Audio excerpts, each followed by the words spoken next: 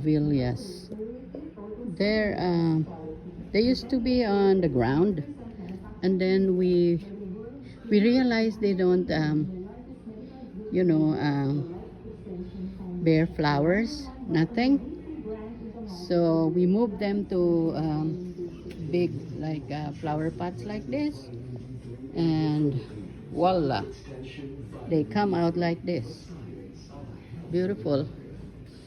And this is a good plant because it could stand no matter how hot the weather is.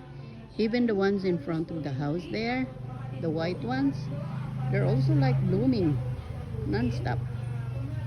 So those that are on the ground, if you see, they have no flowers at all. Some has, but not like this one here.